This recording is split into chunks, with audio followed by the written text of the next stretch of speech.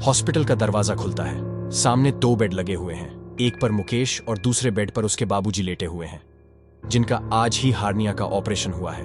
यूं तो हॉस्पिटल का ये जनरल वार्ड है जिसमें लोगों का आना जाना दिन भर बना ही रहता है। बस रात में सिर्फ पेशेंट के साथ रुकने वाले इक्का दुक्का आदमी ही बचते हैं। खैर, बाबूजी को अभी होश नहीं आया था। यही देखने के लिए मुकेश बार बार उठकर उन्हें देखता और सो जाता है। तभी कुछ लोगों की वार्ड में एंट्री होती है।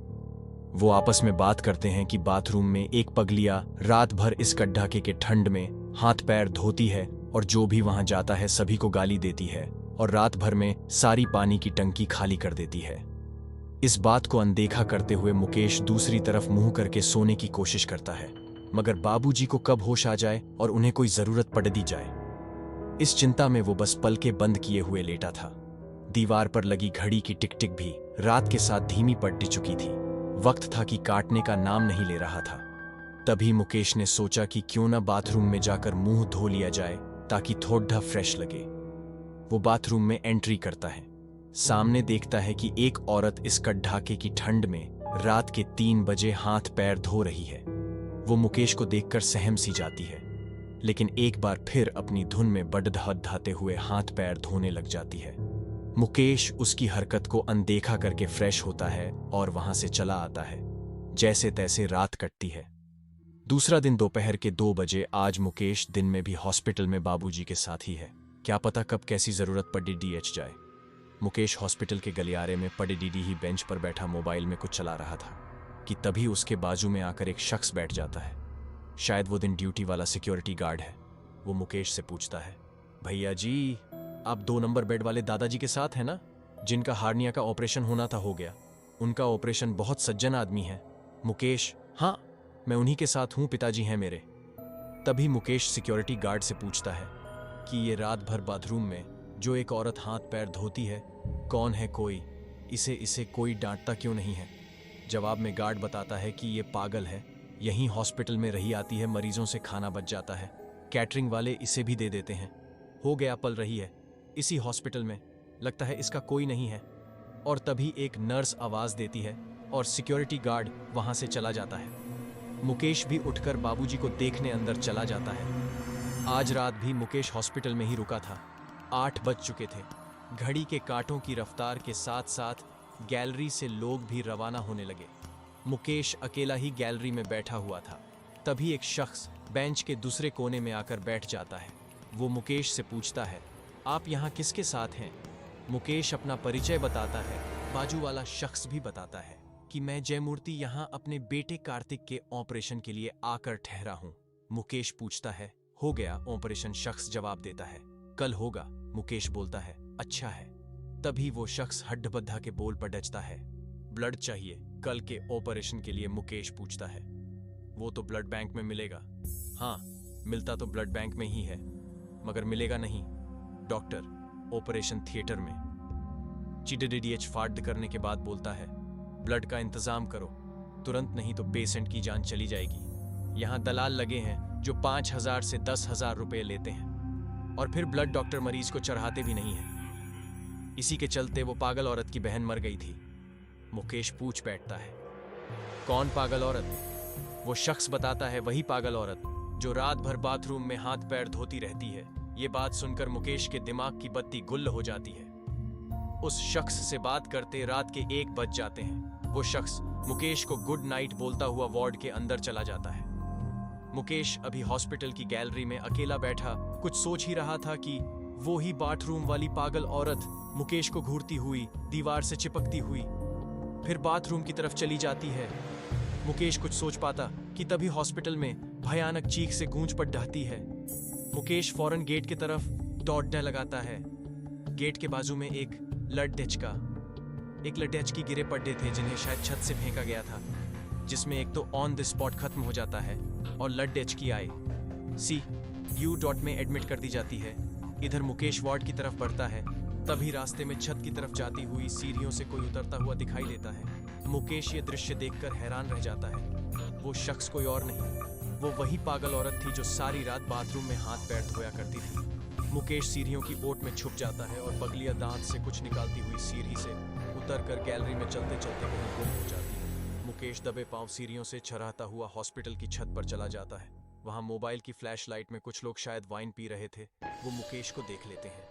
मुकेश भी उन्हें पहचान जाता है। वो कोई और नहीं, जूनियर डॉक्टर्स की टीम थी जो दिन में वार्ड में मरीजों के चेकअप के लिए बारी बारी से आते जाते रहते हैं। मोबाइल की फ्लैशलाइट में जब मुकेश की नज़र डॉक्टर्स की गिलास पर पड़ती है तो वो हैरान रह जाता है। उसे यकीन ही नहीं होता कि ये तो खून पी रहे हैं। वो वहां चिल्लाने की कोशिश करता है मगर अफसोस उसके सर पर कोई पीछे से खतरनाक वार कर देता है और मुकेश वहीं बेहोश होकर गिर जाता है। और जब उसे होश आता है सुबह के 10 बज चुके थे और वहां कोई नहीं था। मुकेश नीचे गैलरी में आता है। सामने वही रात वाले जूनियर डॉक्टर्स की टीम दिखाई देती है। वो मुकेश को देखकर बेहद डरावने एक्सप्रेशंस के साथ कुटिल मुस्कान देते हैं। ये सब देखकर मुकेश हैरान जाता है। सामने रिसेप्शन पर पढ़े अखबार में छपा था, हॉस्पिटल की छत से गिरे लड्डी एच का लड्डी एच की। निकले भाई बहन जिन्हें हॉस्पिटल की छत पर जाते किसी ने नहीं देखा और न ही CCTV में कोई फुटेज मिला। मुकेश अखबार में लिखी खबर PRH कर हैरान रह जाता है। उसके मन में विचार आता है। वो सोचता है कि क्यों न इस घटना की खबर पुलिस को की जाए, मगर अखबार पर रहने के बाद मुकेश श्योर हो जाता है हो न हो इसमें बहुत बड़ा स्कैंडल है जिसमें नेता, पुलिस, हॉस्पिटल, डॉक्टर सब के सब मिले हुए हैं।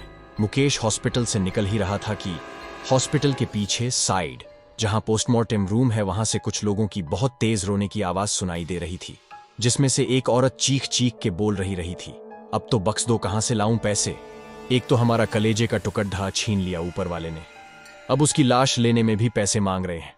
तभी एक स्वीपर पोस्टमार्टम रूम से बाहर आता है। वो उन लोगों से बोलता है, लाश अच्छी से सिलनी है तो पैसा लगेगा, वरना हमें क्या, हम तो बोरे जैसे सीके दे देंगे, आगे रास्ते में लाश खुल जाए तो तुम्हारी जवाबदारी होगी। मुकेश हालात समझता है और स्वीपर को पास बुलाकर कुछ पैसे दे देता है। इधर स्वीपर बुढ़िया को बोलता है, अब सब ठीक हो जाएगा। मुकेश वहां से चला तो जाता है मगर उसके जहन में हॉस्पिटल में होने वाली घटनाएं एक एक करके घूमती रहती हैं। मुकेश चाहकर भी कुछ नहीं कर सकता है। तीसरा दिन हॉस्पिटल की पार्किंग में मुकेश ने बाइक खाड़ी ही की थी। मीडिया और पुलिस की भी DDHK का हल्ला हो उसे सुनाई देता है। वहां पहुंचने पर पता चलता है हॉस्पिटल के फ्रंट गेट के बाजू में एक कटा हुआ मानव का पैर मिला है, पर सामान्यतः ऑपरेशन के बाद काटे हुए अंगों को डिस्पोज कर दिया जाता है या फिर उन्हें फ्रीजर में संरक्षित कर दिया जाता है। फिर ये कटा पैर यहाँ कैसे पहुंच गया? मुकेश की नजरों के सामने वही हॉस्पिटल की छत वाला सीन घूम जाता है। खैर 8 दिन बाद बाबूजी की हॉस्पिटल से छुट्टी हो जाती है। मुकेश डॉक्टर से डिस्चार्ज फॉर्म पर साइन करवाकर जैसे मुद्दता है, उसकी नजर जयमूर्ति पर पड़ ढहती है। मुकेश पूछता है, हो गया आपके बेटे कार्तिक का ऑपरेशन? जयमूर्ति बताता है कि नहीं हुआ, उसकी हालत बहुत खराब है जी, दूध और दाल के पानी के दम पर वो जिंदा है जी, उसका बचना मुश्किल है। मुकेश उसे ढाढ़स बंधाता है और बाबूजी को लेकर वहां से निकल जाता है। कुछ दिन और बीतते हैं। एक दिन मुकेश पेपर में पढ़ता है एक लड़का जिसका नाम कार्तिक सन ONF जयमूर्ति है, हॉस्पिटल से कहीं गुम हो गया था और कल शाम उसकी लाश रेलवे ट्रैक पर मिली है। शायद उसने आत्महत्या कर ली है। ये खबर पढ़कर मुकेश शॉक्ड रह जाता है। हफ्ते भर ही बीते थे कि एक खबर और छपती है, शहर में बहुत बड़ा गांजा का जखीरा पकड़ दहा गया है, जिनसे कुछ बड़े नामी डॉक्टर्स के शामिल होने की भी खबर छपती है, मगर उस डॉक्टर का नाम नहीं लिखा होता। दोस्तों, ये थी पहली कहानी और अब दूसरी कहानी। आज जो मैं आपको किस्सा बताने जा रहा हूँ वो हमारे कस्बे के भूतहा अस्पताल का है। सारे कस्बे के लोग इस अस्पताल को भूतहा अस्पताल कहते हैं। इस अस्पताल का असली नाम विक्टोरिया अस्पताल है। इस अस्पताल को आज से करीबन 100 साल पहले अंग्रेजों ने बनवाया था।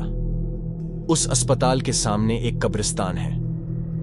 मेरे दादाजी ने मुझे बताया था कि आज से 60 साल पहले इस अस्पताल में ऑपरेशन के दौरान एक लड़की की मौत हो गई थी।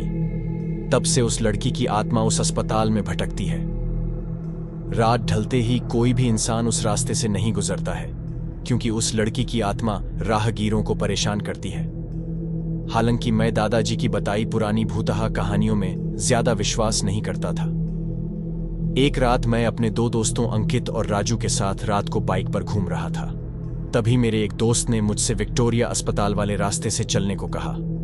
हम में से कोई भी ज्यादा भूत प्रेतों पर विश्वास नहीं करते थे और हमने उस रास्ते से जाने का पक्का किया। उस समय रात के 10 बज चुके थे। हम तीनों ने ये बात अपने परिवार वालों को नहीं बताने का वादा किया और उस रास्ते पर निकल पड़े।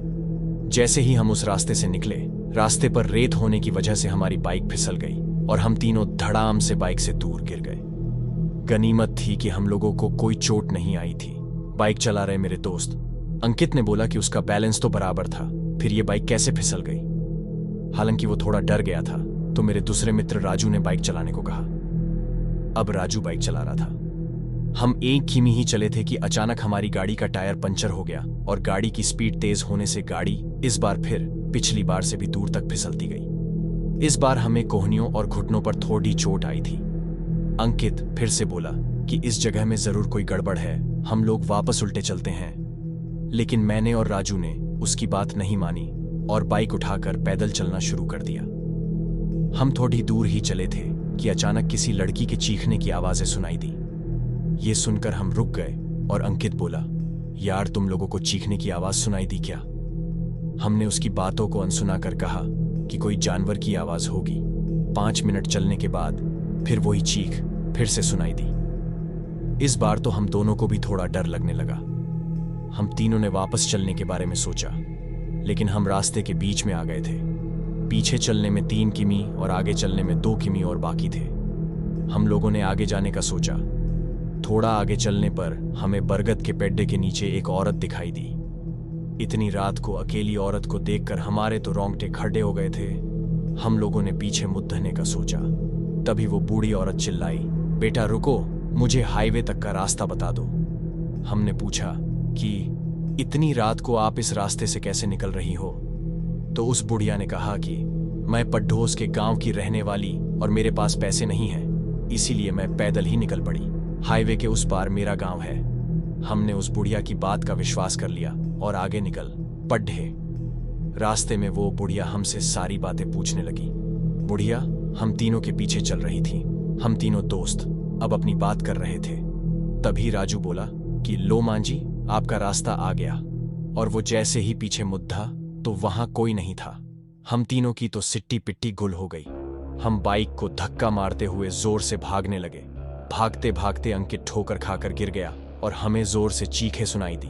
हमने भी बाइक को वहीं पटक कर अंकित को साथ लेकर दौड़ने लगे और अस्पताल के पास कब्रिस्तान तक पहुंच गए। ये सब घटित होते 12 बज चुकी थी। हम पसीने से तरबतर हो गए थे और कब्रिस्तान पार कर एक मंदिर में रुक गए, क्योंकि अगर बिना बाइक के घर जाते तो जूते पट ढहते। इसलिए उस रात मंदिर में ही रुक गए और सुबह होते ही बाइक लेकर अपने अपने घर आ गए और घर वालों दोस्त के यहाँ रुकने का बहाना बना दिया। उस रात के बाद से हम उस रास्ते से कभी नहीं गए। मुझे आज भी सपनों में वो भूतिया बुढ़िया और चीखने की आवाजें आती हैं। तो दोस्तों, आज की वीडियो में बस इतना ही। वीडियो पसंद आया तो मेरे चैनल को सब्सक्राइब करें। धन्यवाद।